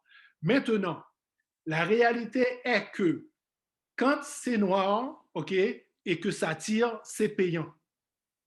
Ça, c'est vrai. Et qu'on le veuille ou non, c'était la réalité des médias. Ça veut dire que oui, on voulait parler de gangs de rue parce que c'était payant, ça faisait vendre, OK? Donc, on ne voulait pas se défaire de cette étiquette. Combien de fois j'ai essayé de dire aux gens, et j'ai essayé de leur expliquer aussi, écoutez, il y a différents jeunes, OK? On a des jeunes qui, eux, pour une raison ou pour une autre, font de la fraude, et en fait, pas nécessairement de la fraude, mais moi, je les appelle les hommes d'affaires. Ça veut dire que ces jeunes-là faisaient affaire directement avec le crime organisé. Je dis, il y a ces jeunes-là, mais en même temps, il y a aussi les autres jeunes qui, pour une raison ou pour une autre, brandissaient les couleurs, le bleu et le rouge, et voulaient absolument revendiquer leur appartenance aux différents groupes de gangs. Mais ce n'est pas du tout la même chose. Il y a une différence à faire, et personne ne voulait le faire. Et je me rappellerai d'ailleurs, Radio-Canada m'a appelé à un moment donné pour me dire, Monsieur Delva, on voudrait faire une entrevue avec vous parce que pour l'arrestation du... Il y a un jeune qu'on avait arrêté à Montréal-Nord. Oh, c'était, non, les gars Pelletier, je présume, non? Pelletier, exactement. Ouais, c'est ça, ouais. Là où moi, j'expliquais aux gens, je leur ai dit, écoutez, les gars de Pelletier, ce n'est pas des gangs de rue.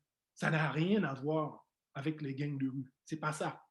Là, la dame m'a rappelé pour me dire, Monsieur Delva, malheureusement, on va se tenir à la version du service de police qui dit qu'effectivement, que les jeunes de Pelletier, c'est des gangs de rue. Voilà. OK. Donc, ça, c'était la réalité. Mais la réalité est que le nom gang de rue fait vendre. Et c'est la raison pour laquelle on l'a gardé aussi longtemps. Et ça, c'est une triste réalité, mais c'est vrai. Donc, je ne sais pas quelle autre question. Non, mais je pense que merci en tout cas pour cet échange extrêmement riche entre la perspective historique de Monsieur Delva et celle de Monsieur Sylvestre. Je trouve que en fait, et très honnêtement, je vais reprendre un peu ce que disait Jean-Yves justement. C'est avec beaucoup d'humilité que je vais me permettre de commenter cet échange, parce que comme le mentionnait Jean-Yves, en ayant pris connaissance sur le tard des travaux sur les gangs de rue, sur la notion même, l'étiquette dont parlait Benoît, le nom de M. Delva sort à tous les niveaux, que ce soit à la fois médiatique, et encore comme hier dans la préparation de cette rencontre, j'ai découvert en fait tout le côté, un peu ce que vous disiez, justement, l'émission, la carrière la carrière médiatique, la carrière d'intervenant, la carrière d'expert, parce que c'est ça qui est en jeu aussi, justement. Et je pense que je suis assez d'accord avec ce que disait Jean-Yves sur le constat à reconnaître sur la contribution historique, je pense, sur cette. Et en même temps, je me permettrais de provoquer un peu, parce que vous avez quand même utilisé la notion de gang, tout en disant, mais c'est payant. C'est-à-dire que c'est payant, et c'est payant pas juste dans les médias, c'est payant à l'université, c'est un peu ce qu'évoquait Benoît. C'est payant à l'université, c'est payant dans le cinéma, c'est payant, on fait des films, on fait des séries autour de cette notion. Mais pour revenir un peu peut-être sur les questions évoquées justement par Benoît, sur cet usage. On l'utilise, on ne l'utilise pas, et quand on l'utilise, qu'est-ce qui se passe? Et en même temps, j'ai l'impression que ce que disait Jean-Yves, c'est qu'il y a eu, en 2008, un peu ce qu'évoquait Benoît avant, une sorte de prophétie autoréalisatrice autour de l'usage, des effets de l'usage de la notion elle-même. Il y a quelque chose qui se passe, un peu ce que disait Jean-Yves en 2008. C'est-à-dire qu'on perd le contrôle sur un peu la nuance autour de la notion elle-même à partir de 2008. Mais je reviendrai un peu sur ce qu'a dit Harry. En fait, finalement, Harry a fait la généalogie de la violence. On repart dans les racines de où ça a commencé. Ça a commencé en se défendant envers une menace, mais qui se défendre devient après une menace en soi, parce qu'on arrive à un certain pouvoir. C'est un peu ce qu'expliquait Jean-Yves aussi, j'ai l'impression, avec ce prestige ou ce gain économique qu'on peut avoir, ce profit qu'on peut tirer de se rassembler, de se reconnaître et de se sentir ensemble. Mais je reviendrai aussi peut-être sur le modèle. Vous avez parlé, en même temps, je provoquerai là aussi, je dirais, mais est-ce que le modèle est vraiment a disparu ou ce modèle s'est transformé? Vas-y, Harry. Moi, je peux dire que ce modèle, en quelque sorte, il s'est un peu transformé. Okay, parce qu'on va le retrouver à différents endroits et il y a certaines personnes qui, pour une raison ou pour une autre, se sont ralliées à cette réalité, mais en regardant la réalité de leur coin, de leur terrain ou de leur quartier, et ils essaient de travailler en ce sens. Mais là où, quand on parle du modèle Saint-Michel, c'est qu'il faut absolument, comme à Saint-Michel, par exemple, on parle d'Annie Sanson. Annie Sanson, qui était la mairesse de Villeray-Saint-Michel par extension, qui croyait très fort à cette façon de pouvoir intervenir, à ce modèle que l'on avait, à un tel point qu'elle a instauré ce qu'on a appelé le petit Maghreb. Et par la suite, avec Fadi Daguerre a repris ce modèle que nous avions, avec lequel on travaillait déjà, et il l'a replacé en intervention pour le petit Maghreb, pour les matchs de soccer qui avaient lieu à ce moment-là, parce que tout d'un coup, tout le monde était un petit peu dépassé par cette situation. En prenant ce modèle, en mettant des jeunes bénévoles qui, eux, pouvaient travailler, parler à leurs jeunes, et c'est comme ça qu'on a réussi quand même à pouvoir contrôler un petit peu ce qui se passait sur la rue Jean Talon et avec le petit Maghreb. Du côté de Longueuil maintenant, Fadi Daguerre continue avec ce même projet, et il le dit d'ailleurs, que c'est toujours le modèle Saint-Michel qu'il est en train de continuer du côté de Longueuil. Et c'est comme ça qu'il continue à travailler. Donc, plusieurs personnes travaillent avec le modèle, mais ce qui est intéressant de savoir, c'est qu'il faut absolument qu'au niveau du service de police, qu'on y croit et qu'on ait des gens, des policiers qui y croient et qui sont prêts, au lieu de mettre les menottes, de discuter d'abord avec le jeune pour voir d'où tu viens, où tu vas, comment je peux t'aider. Et il faut aussi qu'on ait des chefs de police, qui, eux, sont prêts à dire aussi à leurs troupes, parce que c'est bien beau, quand ça vient de haut, d'en haut, on passe une consigne, mais malheureusement, arrivé sur le terrain, on n'y croit plus nécessairement. J'ai eu la chance de travailler aussi avec différents groupes policiers et pour me rendre compte que, au niveau du service de police, la direction veut qu'on puisse travailler ensemble. Sûrement, on reviendra sur le profilage racial par rapport à ça. On veut qu'on puisse travailler ensemble, mais quand on arrive à l'intérieur même des PDQ, ce n'est pas du tout la même réalité. On a même des policiers qui sont là, qui sont sur place et qui te disent, moi là, je ne veux rien savoir. Ils ne veulent pas travailler de cette façon-là, ils ne veulent rien savoir de cette façon d'intervention-là. Eux, ils veulent continuer à faire les choses de leur façon à eux. Et une telle façon que l'on sait qu'on reconnaît aujourd'hui qui n'est plus la bonne. Donc, ça prend exactement... oui, vas-y, Leslie.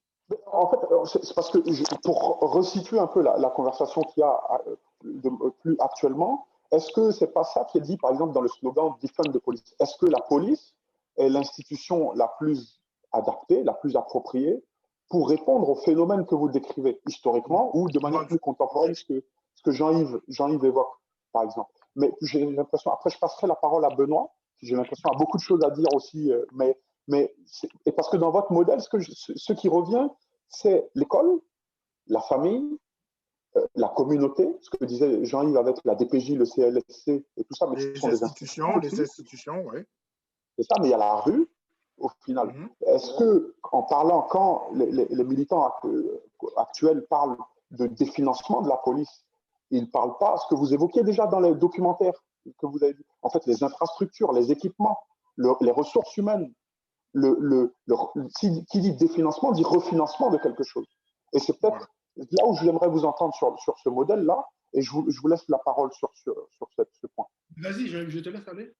Alors, on a toujours cru qu'il était important, oui, qu'il y ait une présence policière, ça on va pas le nier, mais je crois aussi beaucoup au fait que l'investissement dans les organismes, auprès des gens qui luttent pour cela est aussi importante aussi.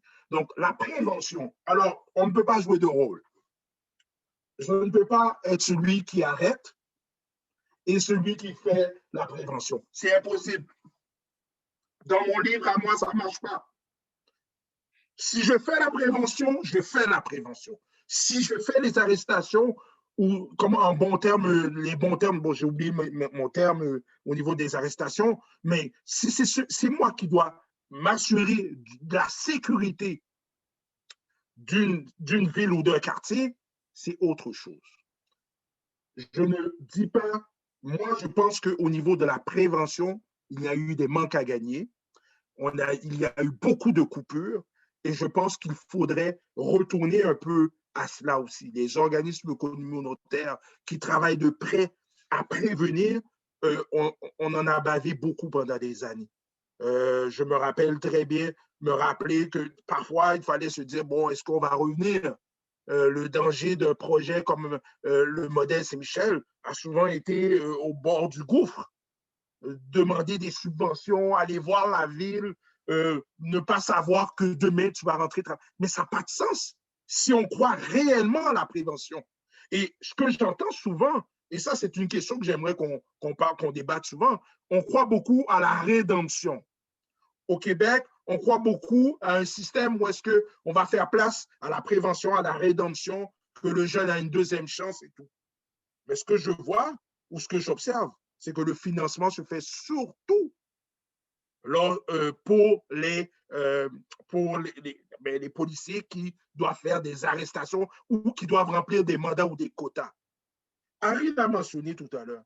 Au niveau d'en haut, donc les commandants, les chefs, ils vont vous dire, oui, effectivement, on croit au modèle, oui, on veut aller comme ça. Au niveau des directions PDQ et tout, si la personne qui est sur le terrain n'y croit pas, mais ça ne fonctionnera jamais. Et ça, bon, au niveau de Defend the Police, bon, j'ai lu un peu là-dessus, mais je crois beaucoup qu'il faudrait, en tout cas, investir plus au niveau de la prévention, donc au niveau des organismes communautaires, et pour s'assurer justement qu'il puisse y avoir cette balance. Malheureusement, c'est ce manque de balance qui manque, selon moi, bien sûr. Je vais passer la parole à Benoît, mais juste pour faire un point sur le temps. En réalité, on est à 5 minutes de la fin avant la période de questions. Donc, comme je dis, c'est très riche et je vais quand même passer la parole à Benoît, laisser faire aussi un commentaire ou poser des questions et avant de passer aux questions du public. Oui, merci beaucoup. J'aurais beaucoup de choses à dire, mais il faudrait prolonger jusqu'à minuit la discussion. Surtout que Jean-Yves a dit que c'était la dernière fois qu'il intervenait. Dernière fois, c'est terminé. Donc, je trouve ça très intéressant. On parle beaucoup d'intervention en délinquance, prévenir, bon, sauver la vie des jeunes, etc. Mais je me demande, le gang de rue comme tel, quand on parle de prévenir le gang de rue, lutter contre le gang de rue, Harry l'a dit, c'est payant, on investit beaucoup là-dedans. Qu'est-ce que ça veut dire en fait, lutter et prévenir le gang de rue? Puisque j'ai parlé qu'au début dans les médias, personne ne s'entend vraiment sur ce que c'est le gang de rue, c'est contesté. Mais même aujourd'hui, chez les experts, il n'y a pas de définition claire. Il n'y a pas de consensus. Le seul consensus, c'est que personne ne sait vraiment ce que c'est que le gang de rue. Il y a un article de Jean-Pierre Gué, d'ailleurs, qui démontre ça très bien, qui montre que les jeunes, la police et les intervenants du milieu communautaire n'identifient pas les mêmes jeunes comme faisant partie ou non de gangs de rue. Personne ne s'entend, personne ne sait ce que c'est. Donc, moi, je pense que l'histoire que nous a racontée Harry Delva, cette histoire-là d'un groupe de rockers qui avait bon, une généalogie de la violence, comme disait Leslie, donc c'était pour des raisons pour se défendre. Au début, on n'avait pas conscience que c'était un gang de rue. C'est une histoire qu'on n'entend pas. Ce n'est pas celle qui est décrite dans les médias. Ce n'est pas celle qui est vraiment étudiée par les experts non plus. C'est une autre histoire qui a été passée un peu sous silence. C'est celle du racisme. C'est celle bon, et puis je me demande si on n'avait pas tenu compte de cette expérience-là, de cette histoire-là, pas juste sur le terrain, mais chez les scientifiques aussi, est-ce qu'on ne serait pas arrivé ailleurs finalement? Peut-être qu'on aurait eu moins de financement même pour la catégorie de gang de rue si ça avait été l'histoire qu'on avait retenue. Donc, mais je pense que ce serait important d'en tenir compte et puis je pense que dans les 30 dernières années, on a investi beaucoup pour produire une expertise, des programmes d'intervention, des politiques de prévention de gangs de rue, mais on n'a rien investi en fait pour déconstruire ou pour mettre en lumière tous ces biais, tous ces effets discriminatoires dans la société en fait. Donc je vous laisse là-dessus, mais ma question fondamentalement, c'est dans votre travail, est-ce que la catégorie, l'étiquette de gang de rue a vraiment été utile? Est-ce que collectivement, elle nous a vraiment été utile au Québec dans le travail d'intervention sociale? Bon. Harry, laisse-moi juste répondre juste dans ma perspective et après je vais te laisser juste 2 minutes. Moi, j'étais jeune, parce que l'étiquette gang de rue a été vraiment à mon époque. Là, ça a commencé, là, à étiqueter le jeune noir gang de rue. Moi, ce que ça m'a mis dans ma tête, moi, je regardais mes jeunes cousins, Florence Darius, qui a été policière, la première policière haïtienne à Montréal, c'est ma cousine. Moi, je me rappelle, je l'ai vue en uniforme, j'ai figé. Je me rappelle encore là, j'ai figé, j'ai dit, oh, what the... Je ne dirais pas le mot. Et j'ai réalisé que, OK, mais elle-même vivait des situations dans le poste de police, de discrimination, de racisme, de féminisme et tout. Elle a même quitté. J'ai compris et réalisé qu'on voulait que je joue le rôle. Donc, je vivais de la discrimination, je vivais une forme de racisme, j'étais rejeté partout, j'avais des diplômes, on ne m'acceptait pas, je n'arrivais pas à être embauché, mais quel autre endroit j'ai une valeur? Quel rôle qu'on me donne à jouer dans cette société? Oh, vous voulez que je sois un gang? Vous voulez qu'on fasse de la violence, qu'on brise et on casse? Eh bien, OK. Et on l'a tellement bien joué, ce rôle. On l'a bien joué. On l'a tellement bien joué que ça a créé ce que ça a créé. Dans le sens que on s'est retrouvé avec des étiquettes, avec des noms qu'on a collés à ces jeunes. Et pour vite comprendre et réaliser que par la suite, on risquait de perdre ces jeunes-là. Donc, moi, dans mon temps, quand j'avais vu cette étiquette de gang de rue, c'est qu'on me donnait un rôle à jouer. On ne me permettait pas d'être autre chose que ça. On ne me permettait pas de pouvoir avoir accès à d'autres rôles que ça. Parce qu'à chaque fois qu'on a collé cette étiquette, on mettait jeune noir à côté. Pourtant, à mon époque, il y avait des latinos, il y avait des blancs aussi. Mais à mon époque, c'était gang de rue accolé jeune noir. Et ça a joué un rôle très profond dans mon être et dans mon paraître et comment je devais être perçu par l'autre. Alors, Harry, vas-y. Oui. Non, mais ça, c'était pour dire, moi, je me souviens de quelqu'un, en fait, je ne me rappelle pas s'il était psychologue, chercheur ou autre, qui disait qu'il avait trouvé un moyen de pouvoir détecter la tendance de gang de rue dans un fœtus, OK, et s'organiser, oui, et s'organiser quand l'enfant naît, OK, qu'on sache exactement comment on va pouvoir le prendre en main comme gang de rue.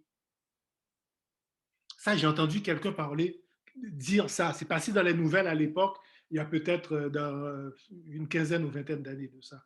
La réalité est que on ne sait pas qui est une gang de rue. Ça, c'est la réalité. La réalité, tout jeune qui se retrouve, en fin de compte, c'est sûr qu'il y a des jeunes qui revendiquent les couleurs. Mais nous, en tant qu'intervenants, et ça dit Daguerre l'a dit clairement, le jeune, lui, il n'est pas délinquant 24 heures sur 24.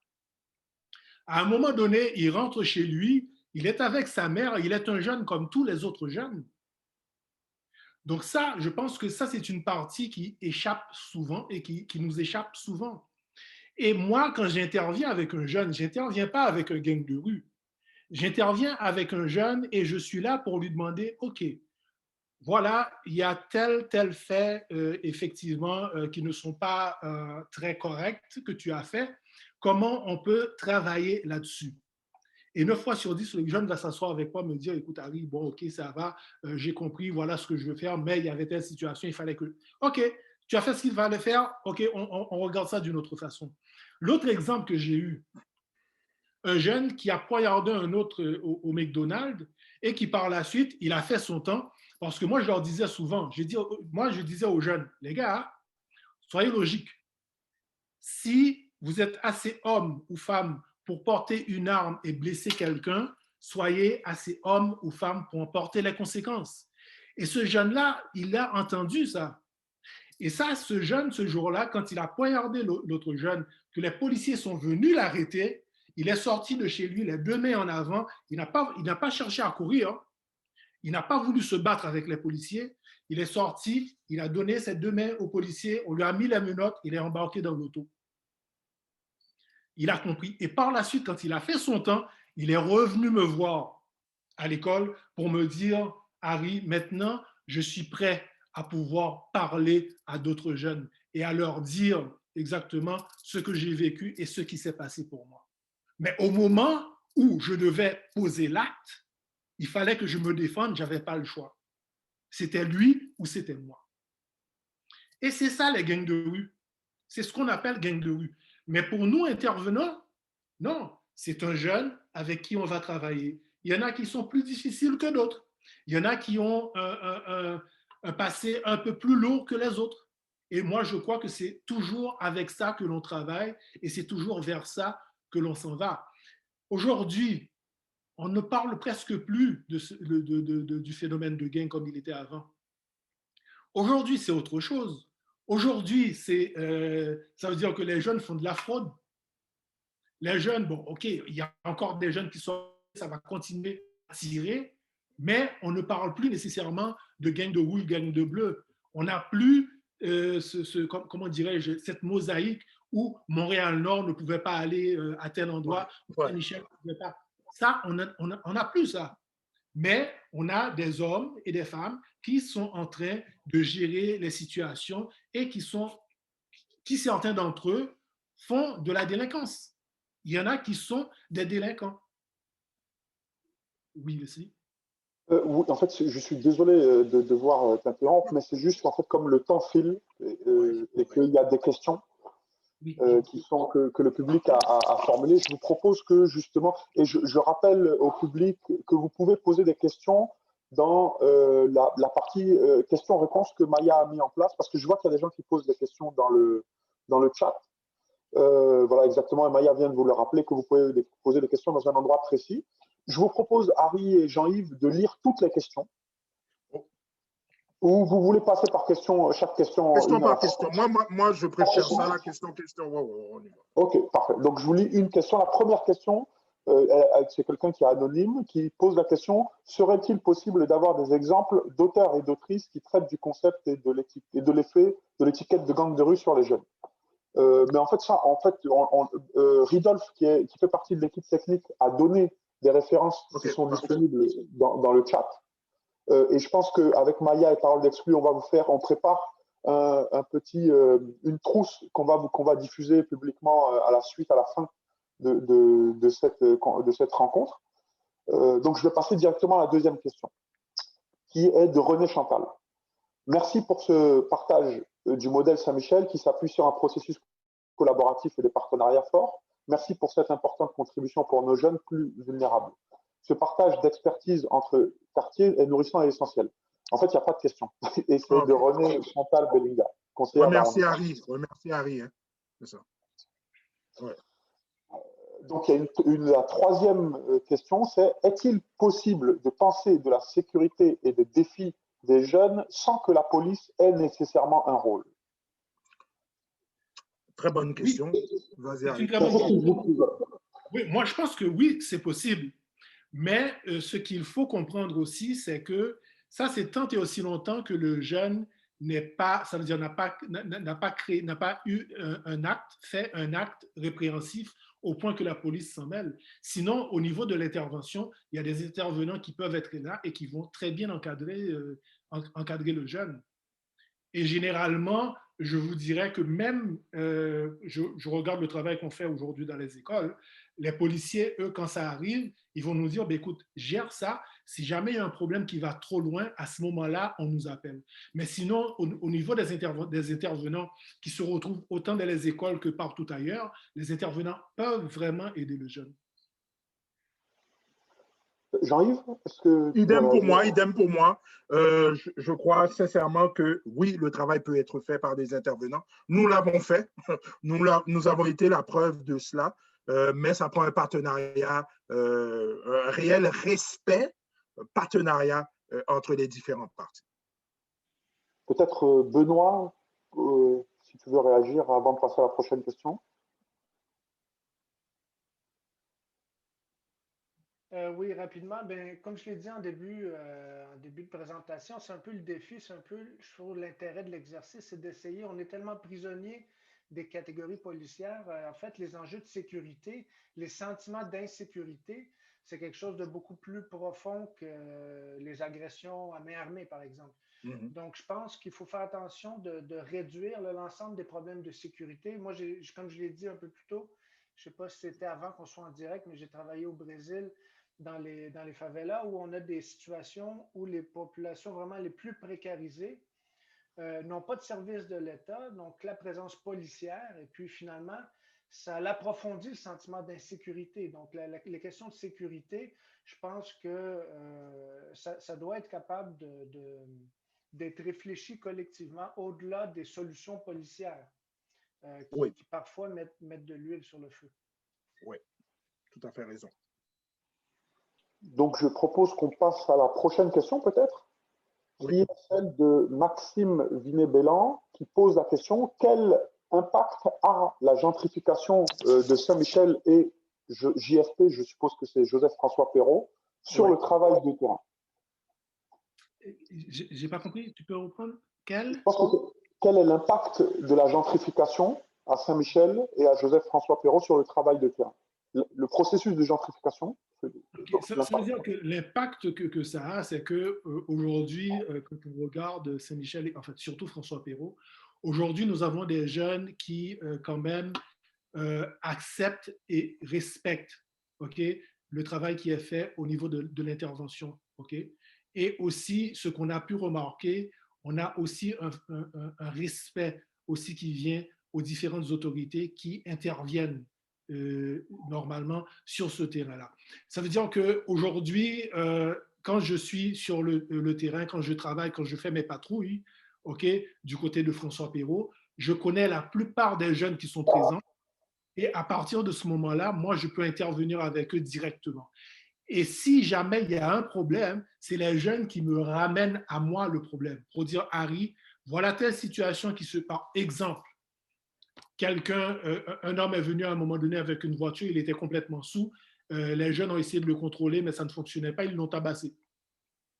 Ils l'ont remis dans son auto, ça veut dire qu'ils ont confisqué l'auto et ils ont demandé aux gars de s'en aller. Quand par la suite, moi je suis arrivé, les policiers ont trouvé la voiture était une voiture volée. Mais finalement, ce n'est pas nous qui avons réglé le problème, c'est les jeunes qui ont réglé le problème eux-mêmes. Et ils m'ont tout simplement averti: Harry, effectivement, cette voiture-là, il y a quelqu'un qui était là, qui était complètement saoul, on l'a enlevé de là et on l'a renvoyé chez lui. Et maintenant, les policiers, eux, ils ont vérifié, la voiture était volée, donc ils ont fait ce qu'ils avaient à faire. Donc moi, je pense que ça nous permet, en même temps, comme disait Jean-Yves tout à l'heure, on redonne un petit peu le pouvoir et la conscience aux jeunes. Ça, c'est très important aussi. Ils sont quasiment acteurs de leur prévention. C'est ça Et c'est la meilleure des préventions. Et juste peut-être, je vois le temps file officiellement. En fait, c'est la fin de cette rencontre. Je propose qu'on continue 15 minutes, si ça va, Jean-Yves et Harry.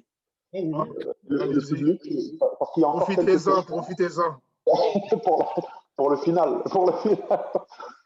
Mais peut-être justement pour faire le lien, la question c'était aussi la gentrification au sens d'embourgeoisement. Est-ce que l'embourgeoisement du quartier autour du quartier? Et il y a aussi une question historique. Est-ce qu'il y a un embourgeoisement de Saint-Michel autour de Joseph-François Perrault? Et comment les jeunes, en tant qu'acteurs de leur propre prévention, ont une place? Ou est-ce que comment c'est un peu ça, comment l'embourgeoisement Ça veut dire, si on parle ça veut dire que ce qu'il faut remarquer, c'est que pour l'instant, de plus en plus, le secteur François Perrault est de plus en plus habité par des familles maghrébines.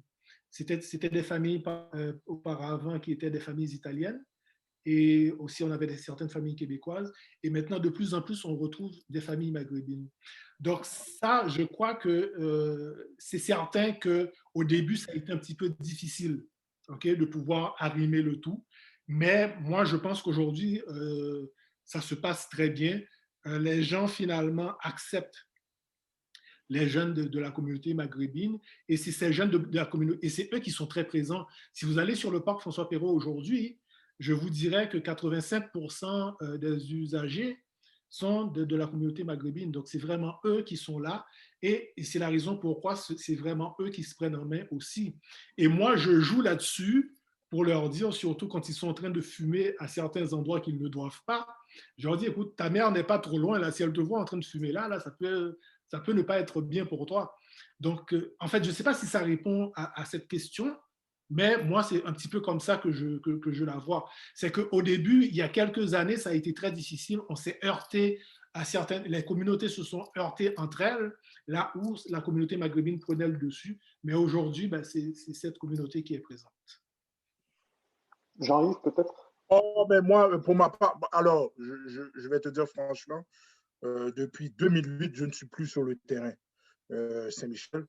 Donc, je ne peux pas trop m'aventurer sur la gentrification de Saint-Michel, mais bon, je fais confiance à Harry lorsqu'il mentionne que c'est de plus en plus des familles maghrébines qui occupent ces endroits-là, et même les endroits que l'on dit riches, ou ben, disons que les endroits aisés où est-ce qu'il y a ces maisons qui s'élèvent de plus en plus, ben, je présume que ce sont ces familles qui occupent maintenant ces endroits-là aussi. Alors, en tout cas, je ne vais pas trop m'aventurer, je m'excuse, je ne peux pas répondre à celle-là, je ne suis plus dans le quartier depuis trop longtemps. Mais si je peux te dire, ce qu'on voit surtout, c'est que la plupart de ces gens-là se retrouvent maintenant dans le quartier Villeray. C'est vraiment du côté Villeray qu'on a vraiment cet embourgeoisement.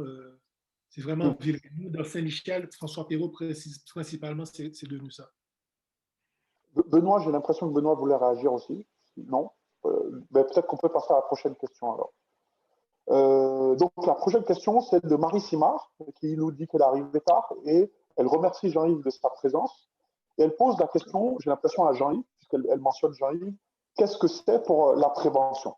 Qu'est-ce que c'est la prévention? Pour moi, et ce que Harry m'a appris au fil du temps, moi-même j'ai exercé, et je l'ai dit auparavant, avant que je devienne cet acteur positif, j'étais un acteur négatif. Alors la prévention, elle se joue de cette façon. C'est comment je peux être un allié pour toi, comment je peux me permettre de pouvoir te valoriser en tant que jeune, qu'on ne te voit pas dans le spectre dans lequel on veut te voir, mais moi, je te permets d'être autre chose. Je donne un exemple. Une prévention pour moi peut être un gym qu'on ouvre le samedi. Donc, il n'y a pas de gym, le jeune ne sait pas où aller, le terrain est fermé, les policiers les courent après, c'est toujours la même rengaine. Je parle à mes acteurs de la ville et trouvez-moi un gym. J'ai besoin d'un gym, je vais mettre mes jeunes, je vais m'assurer qu'on puisse les valoriser de cette façon. Pour moi, ça, c'est une forme de prévention. Une autre forme de prévention, c'est on a une problématique dans une école secondaire, le directeur appelle de temps en temps, ça ne va pas bien avec tel ou tel groupe de jeunes, je vais rencontrer ces jeunes, qu'est-ce que je peux faire pour toi, qu'est-ce qu'on peut faire pour vous aider, qu'est-ce qu'on peut faire pour améliorer les choses. Donc, la prévention, c'est d'aller à l'encontre du jeune et d'écouter les besoins du jeune, tout en mettant sur pied quelque chose qui puisse aider ce jeune. Donc, moi, c'est toujours de cette façon-là que nous avons évolué. Je me rappelle très bien, à Saint-Michel, quand on a commencé, on n'avait rien, dans le sens que à Harry, on voulait avoir un gym, on voulait avoir quelque chose, ça ne marchait pas, ce n'était pas fort notre affaire, là. Mais avec la ville, avec Nathalie Vaillancourt, avec les acteurs qui croyaient en nos projets, à un moment donné, j'allais voir Nathalie, j'allais dire, Nathalie, j'ai besoin d'un gym, trouve-moi un gym. J'arrive, je t'arrange ça, semaine prochaine, tu as un gym. Donc, c'était une façon pour nous de pouvoir faire la chose. Oui, excuse-moi. Non, j'allais dire, en fait, c'est ce que tu évoquais déjà tout à l'heure, c'est le travail de proximité. Tout le temps. Tout le La temps. confiance et proximité Et, qui facilite, qui alimente en tout cas. et il ne faut pas oublier, les gens sous-estiment beaucoup les enfants. Les jeunes du primaire, c'est là qu'on commence. En tout cas, moi, ça a été clé pour moi. Je me rappelle, j'ai travaillé à Bedford. OK, j'ai travaillé à Bedford, Côte-des-Neiges. J'ai travaillé à Des Nations, Bedford. Alors, Côte-des-Neiges, c'est les écoles primaires, Saint-Pascal-Bellon et autres. Je me rappelle, j'avais été faire une conférence très rapidement. Je vais aller vite, vite, vite. J'ai été faire une conférence. On me dit, oh, c'est problématique, c'est classe 3e année, 9 ans. Je vais dans la classe. Bonjour les amis, comment ça va? Aujourd'hui, je vais vous parler de bienveillance. Il faut être gentil, il faut se parler. Et là, il y a un jeune qui lève la main rapidement. Il dit, vous avez déjà tiré, monsieur? 9 ans. J'ai sursauté. J'ai dit quoi? Là, j'ai dit, OK. Là, alors, à la bonne haïtienne, j'ai croisé mes pieds. Et là, on a commencé une vraie conversation pour me dire par la suite que ce jeune avait un frère qui était dans les gangs, qui traînait avec d'autres gars, des fusils qui traînent, la drogue, il avait déjà fumé. Vous comprenez? Mais j'ai commencé très jeune, bâtir une relation avec ce jeune, lui redonner confiance pour que plus tard, ce même jeune, lorsqu'il se retrouve dans le pétrin, ait confiance assez pour pouvoir venir me parler. La prévention, c'est ça. Je vais juste enchérir en disant, la première prévention, c'est l'approche. Comment tu vas approcher ce jeune? Et soit dit en passant, de façon générale, c'est le jeune qui te ramasse. Ça veut dire que c'est lui qui s'identifie à toi. Et une fois qu'il s'identifie à toi, là, à ce moment-là, tu peux vraiment aller et travailler avec lui. Mais vraiment, la première chose pour moi, c'est vraiment l'approche qu'on aura à faire avec ce jeune. Benoît, je ne sais pas si tu veux réagir. Oui, mais très, très rapidement, ça va être une réponse de chercheur, d'académique. Mais je pense que c'est très compatible avec votre expérience terrain. C'est pour moi la prévention, c'est d'être capable de dévoiler finalement les biais ou les problèmes des catégories qu'on utilise pour approcher les jeunes. La prévention, c'est pas juste seulement chez le délinquant ou le potentiel criminel, mais la prévention, c'est aussi du côté de la police et de la lutte contre le profilage social, racial qui est fait. Effectivement. Merci beaucoup. Il reste très peu de temps et comme on en aurait encore beaucoup à dire, j'ai l'impression. Mais je pense qu'on va essayer de faire la prochaine question et si on voit, je pense qu'on va vraiment s'arrêter à 45 parce que pour être très honnête avec vous, je dois rentrer avant le couvre-feu, comme je l'avais dit avant. Le go te faire rentrer à la maison? C'est la prévention aussi, il faudrait éviter. La prévention. Donc, la prochaine question, elle est anonyme aussi. C'est Jean-Yves Sylvestre a parlé des lacunes actuelles dans le travail directement ancrées dans la rue. Comment réinstaurer actuellement une méthode similaire à celle d'Harry Delva? Bonne chance. Bonne chance. Je suis très cru, je suis très réel. Bonne chance dans le sens que, écoutez, ça a pris on parle de 30 ans de carrière. Ça a pris 30 ans. Et avant même d'instaurer ça, ça a pris la confiance des gens, ça a pris la collaboration des gens et ça a pris une réelle honnêteté de la part du milieu de reconnaître qu'on a qu'on a une problématique. Malheureusement, trop d'ego. Les institutions ne veulent pas démontrer ou admettre qu'ils ont une problématique. Les centres communautaires, les services communautaires, les organismes communautaires se battent pour avoir des subventions, s'entretuent, se cannibalisent pour avoir des subventions. La ville, bon, regarde ça un peu de loin, les gens qui sont là pour les bonnes ou mauvaises raisons. C'est compliqué, c'est difficile. Je ne veux pas décourager personne. Monsieur Harry Fadi Daguerre le fait à Longueuil, mais il est le numéro 1. Il est le commandant suprême à Longueuil. Donc, il peut se permettre de le faire. Donc, ça prend des gens qui y croient, puis ça prend vraiment une volonté de vouloir changer les choses.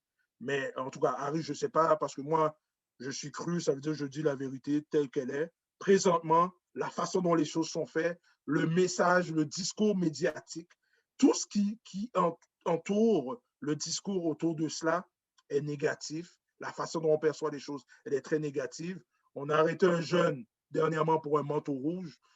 Ça ne va pas là. Là, écoutez, ça ne va pas bien. Ça va pas bien. En tout cas, Harry, vas-y. Non, mais bon, je pense qu'il faut quand même rester positif et il faut quand même continuer à le faire. Et je crois que c'est de pouvoir regarder euh, sur, sur le terrain ou encore à l'endroit où on veut intervenir, ce qu'il y a, qu'est-ce qui se passe. Et à partir de ce moment-là, se servir de ce qu'on a entendu pour pouvoir aller de l'avant, poser des questions et proposer aussi certaines choses, proposer des choses au milieu. Mais c'est certain que tout le monde, il faut la part de chacun et que chacun croit en ce que vous apportez. Et à partir de ce moment-là, ça devra fonctionner.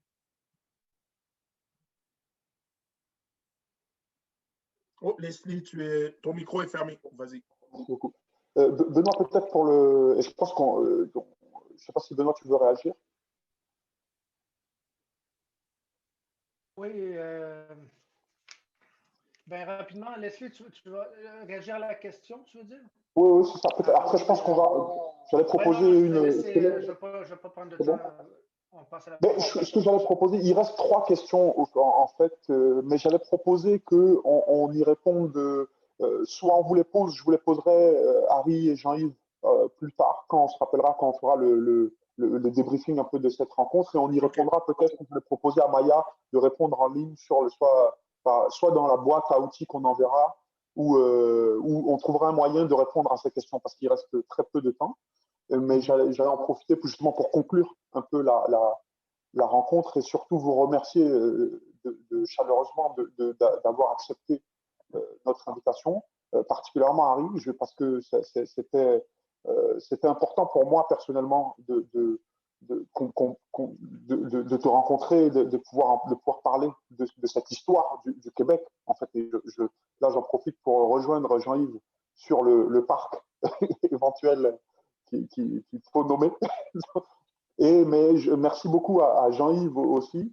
Et je vais me hâter à le convaincre que ce ne soit pas la dernière fois qu'il parle, même si ce n'est pas forcément dans ce format. Je sais, j'ai bien compris que ça allait être très compliqué, mais j'ai déjà une piste parce qu'on a un projet avec le collège Aounsic et un professeur avec lequel je travaille, que je vois dans le public, Vivek Venkatesh. Donc, peut-être sous une autre forme. On ne parlera pas du même sujet. Ah oui, il y a un prof du collège antique ici. Ah ouais? De l'université Concordia. En fait, on travaille avec un projet. Concordia. Je ne dois rien à Concordia.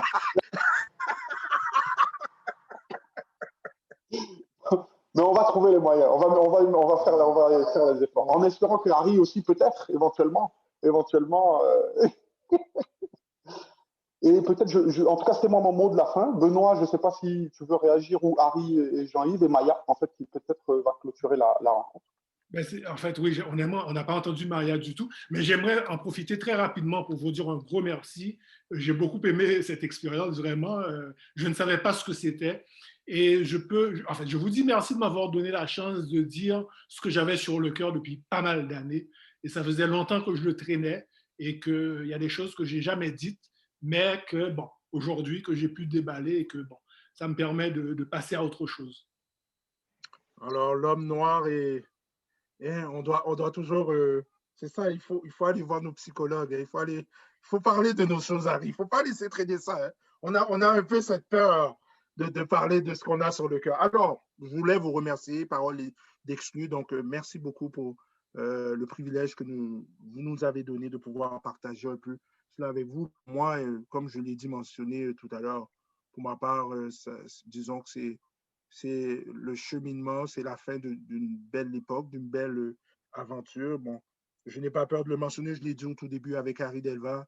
Il m'a permis d'être ce que je suis aujourd'hui et ça me permet aujourd'hui de pouvoir le remercier en public et de le faire d'une façon quand même, je trouve ça quand même bien de pouvoir lui donner cette chance de pouvoir s'exprimer encore une dernière fois. Bon, il l'a dit tout à l'heure, 62 ans, après 2 cancers, on réalise que on est très privilégié de l'avoir avec nous aujourd'hui. Et c'est un homme qui a donné toute sa vie à un milieu, à un secteur et à des jeunes qui peut-être n'auraient pas eu ce privilège qu'ils ont aujourd'hui. Donc, merci beaucoup de l'opportunité. Et voilà, c'était pour moi une fin. Voilà. Merci, merci à tout le monde. Merci Harry, merci Jean-Yves et aussi merci à nos animateurs Leslie et Benoît pour avoir animé cette soirée. Merci à Ridoff aussi pour l'aspect technique. On va conclure rapidement. En fait, cette vidéo va être disponible sur notre page YouTube et c'est la première d'une série. Donc, il y aura 5 autres occasions de voir Leslie et Benoît converser avec d'autres intervenants. Vous pouvez suivre sur notre page Facebook, sur notre site web, c'est indiqué, puis on fera des rappels ponctuels. Donc, sur ce, je vous souhaite une bonne soirée.